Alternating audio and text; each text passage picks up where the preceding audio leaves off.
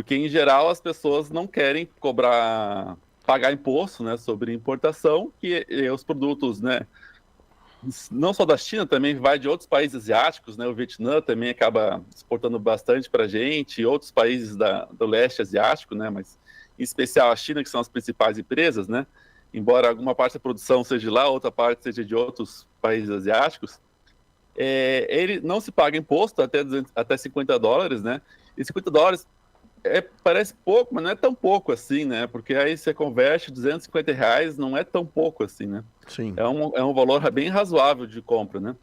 Então, esses impostos não pagam nada. Já um produto que é fabricado no Brasil, vendido para uma empresa brasileira, vai pagar. Isso. Então, eu acho que é uma distorção, tanto para a indústria brasileira quanto para o comércio, ter que pagar imposto. Aí, para concorrer com produtos, né, digamos, especialmente chineses, né, não apenas, totalmente isento de impostos, né? Então, isso provoca uma grande distorção produtiva do país, né? Não é o único fator, mas é um dos fatores, né, que talvez nem seja o principal, mas é um deles, né? E quem é que defende Significa a a não atividade econômica. quem é que defende a não tributação de artigos importados, hein? Em geral, não dá para dizer se nominalmente quem defende, né? Mas em geral, o que se alega é que quem compra produtos, né? E de fato os dados são isso, né? A maior parte dos produtos até US$ 50 é feito por pessoas da classe até C. Certo. Mas, então, assim, então seria um facilitador, né? Já que o vestuário tem ficado cada vez mais caro, é um facilitador para as pessoas adquirirem seus produtos, né? Que de fato são mais baratos. No exterior. Então, assim, e aí tem outro argumento, é que quem viaja, né? Que são as pessoas de maior renda, podem adquirir produtos isentos de imposto de renda até R$ 1.000. Tá. Então, seria injusto com pessoas que podem comprar até R$ 50. Entendi, Na entendi. minha opinião, os dois casos deveriam ser revistos, né? Como tenho, na minha perspectiva de visão, assim, deveria se priorizar a atividade econômica do Brasil, porque de um lado tem o lado do consumidor, que sempre vai, obviamente, vai querer pagar menos imposto e, se Sim. possível, não pagar nada. Do Mas outro lado, tem o lado das empresas brasileiras que tem que competir, né, com quem está no exterior e então vai ter que competir com quem está lá. Às vezes, por exemplo, no caso da China, a carga horária de trabalho é diferenciada, né? Tem um cargo mais ampliada, tem menos impostos que incidem sobre a folha trabalhista. Depois também tem diversos programas de subsídio, né? Então gera uma concorrência, a palavra desleal é meio complicada, né? Mas enfim, uma concorrência complicada para a indústria local, né?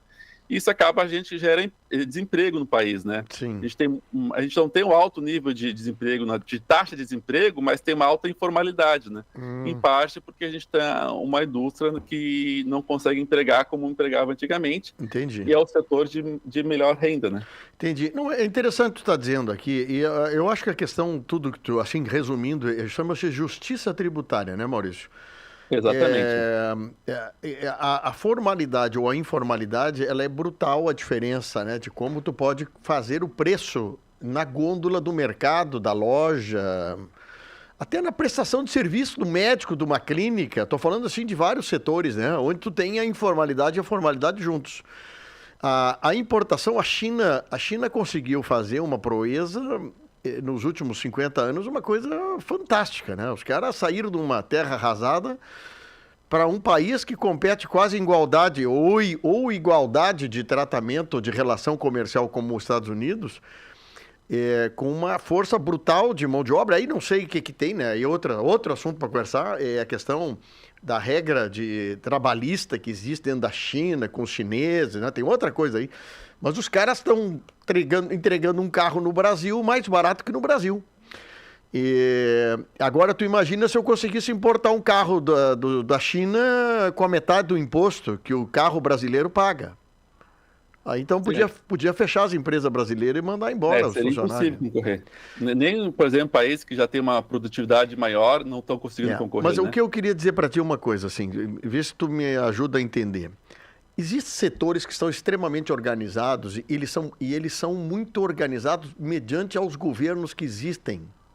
Tanto brasileiro, tanto no estado, tanto no município. São muito organizados, setores organizados. Tu não tem como, o que eu falo do setor automobilístico, tu não tem como importar um carro com menos imposto. Mas o setor de confecção, por exemplo, que é uma coisa que eu conheço bastante bem, ele não é organizado dessa forma de manter uma unidade junto aos governos. E por isso há essa brecha, por exemplo, de tu importar uma blusinha sem imposto do que... E a cadeia em si não é organizada para cobrar, para fazer funcionar isso, né? Até porque tem a questão da indústria automobilística. Quantas são, né? São 5, 10 6 empresas aí não chega a 10. Que de fato produzem com maior volume, menos que isso, né? Quantas fábricas de tecidos tem? Milhões, milhares de confecção, de loja, né? De pequenas, de grandes, né? E então a organização acaba sendo bem mais restrita, né? Então, de fato, essa questão de influência, porque assim, tem uma visão, né, dos diferentes governos, né, que vai mudando, né, de um governo para o outro. Algumas coisas mudam menos, né? De fato, mesmo que você tenha uma visão de um governo que acha que tem que liberar tudo, né? Esse governo que acha que tem que liberar tudo, se tem um setor que é organizado e tem uma influência, né, especialmente no Congresso, então ele não vai deixar que isso aconteça, né? Já outros setores menos organizados, de fato, isso pode acontecer, né? Isso é a mesma coisa pro lado também dos trabalhadores, né? Sindicatos que são mais fortes, que são mais organizados, também conseguem aumentos melhores, né? Assim por diante, né? Acaba tendo isso mesmo. Deixa eu te perguntar uma coisa. Então, eu acho que esse assunto vai no Congresso agora, no Congresso amanhã, né? Para ver o governo não está querendo taxar as blusinhas até $50. É que é uma medida impopular, né? Ela é impopular. Isso poderá trazer um prejuízo, inclusive, como é que eu vou botar? Eleitoral, ou de percepção do governo, pelo governo, né? Ao mesmo tempo que a indústria brasileira poderá ser beneficiada com isso. Sim. E esse impacto vai... Daqui a um ano, meio ano, pode no médio prazo, eu acredito que o governo iria colher frutos. Mas assim, o que acontece? Existe a realidade, existe a percepção da realidade. Então, digamos assim, daqui a um ano e meio, né, que a indústria consiga uma parte, né, lógico que não vai dobrar, então vai ter um impacto positivo, acredito, né, e gere mais emprego. Associar essa geração de emprego e renda especificamente com essa medida é difícil de fazer. Então, fica algo meio diluído no meio de tantas coisas que vão acontecendo na vida das pessoas. Já pagar mais caro pelo produto, digamos que o nível da lei que está sendo discutido, né, mas talvez 27%, entre 20% e 30%. A pessoa já vai que pagava lá 100, vai pagar 120, 130 de cara, ela já vai sentir, né? E mesmo que seja uma medida encabeçada pelo Congresso, acaba que vincula mais ao governo em questão, né? Então, acaba sendo uma medida impopular, mas no meu entendimento, assim, se for pensar estritamente na perspectiva de produção, eu vejo muito pouco sentido você tributar uma empresa que fabrica aqui no Brasil, que está gerando emprego no Brasil, né, que tem todas as regras brasileiras, e não pagar... para quem está de fora, né? Eu acho interessante, Maurício, você que é líder dentro de uma sala de aula, com alunos de todo tipo de formação que está indo assim, muitos deles vêm cru para dentro da faculdade, tem que aprender. Eu acho interessante ter essa percepção de macro mesmo, né? Obviamente a gente gostaria de ter tudo mais barato, né? O carro mais barato, o celular mais barato, mas tem a questão da indústria local, que ela é que sustenta a máquina governamental, né? No todo, né? Nós estamos num dilema aqui agora. Eu vou te abrir o jogo de um outro assunto que eu não tinha te informado para a marcação de entrevista, que é a questão do arroz. Não sei se tu tem percebido aí, o governo, há uns dias atrás, pegou no pé do que o arroz está muito caro e que teria que importar 1 milhão de toneladas, né? Ou seja, 15% do que o Brasil produz tonelada, o governo quer importar numa tacada só e jogar no mercado para baixar o preço.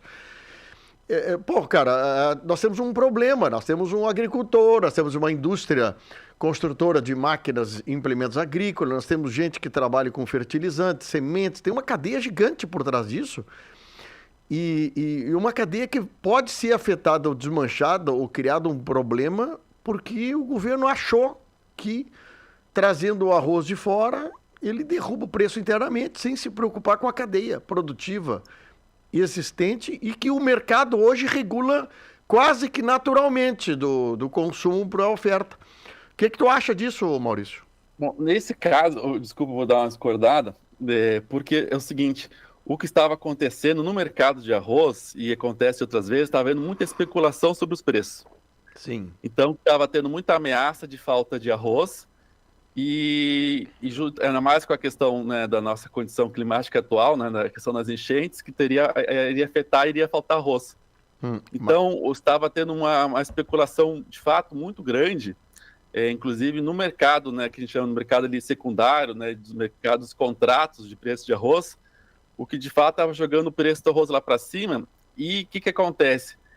Não é que o governo iria jogar todo esse arroz diretamente para o mercado, mas faria um estoque regulador, que eu acho que isso é uma coisa muito importante, porque em alguns setores, né, é muito difícil você trabalhar só com a questão do próprio mercado regulando os preços. Então, o que aconteceu?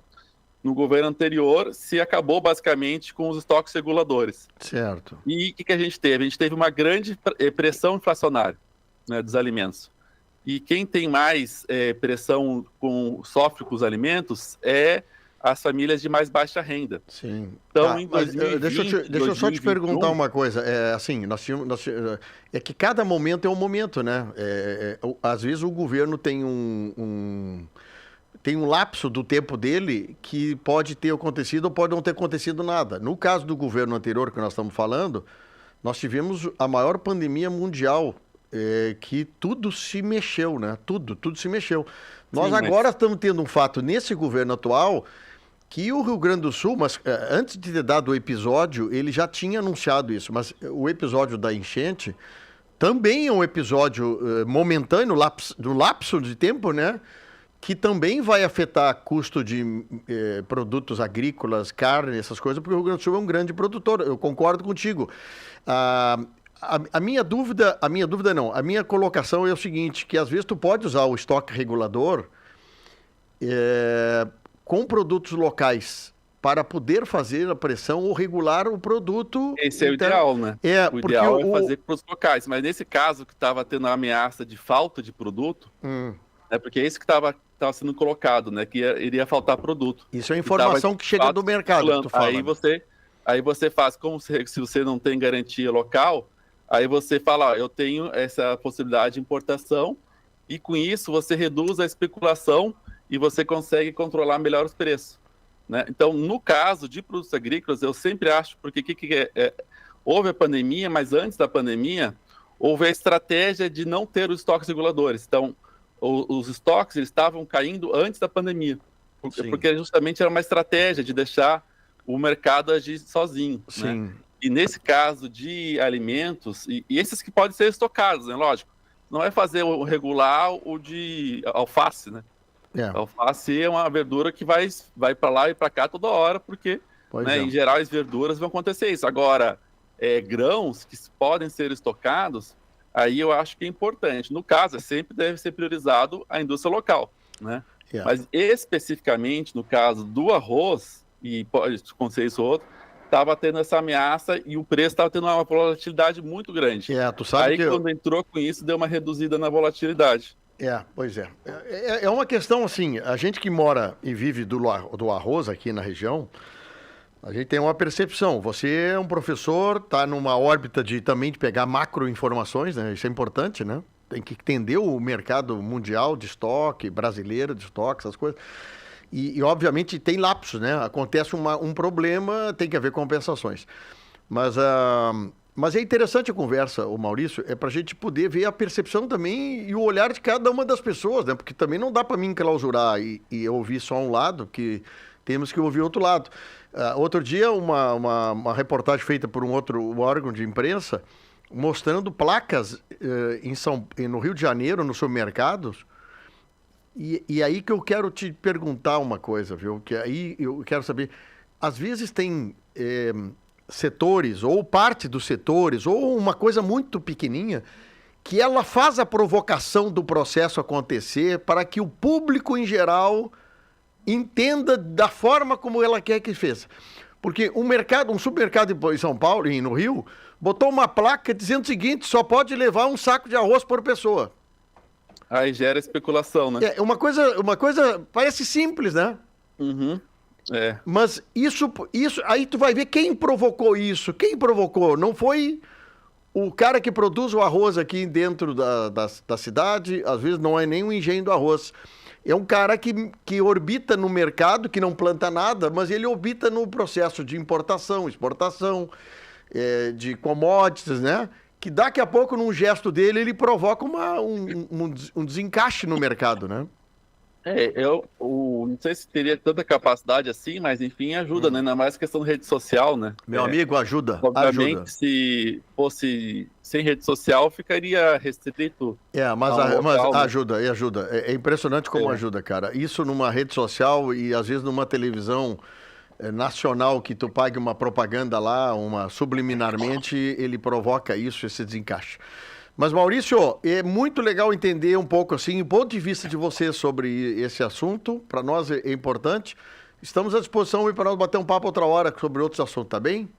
Agradeço o convite e estou sempre à disposição.